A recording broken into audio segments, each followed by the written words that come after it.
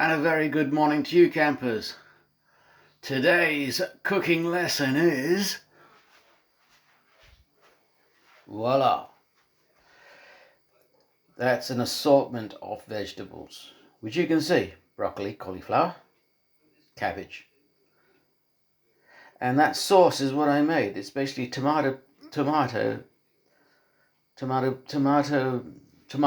which I blended. I added lots of spices to it, and I threw that in there. That's going to be my soup. It's going to be a vegetable soup. And there is my ginger and garlic paste, which I made the other day. And it's going to be a soup, vegetable soup, after eating so much meat yesterday, the duck. So that's it. This will boil away, and then I'll make some rice. Voila.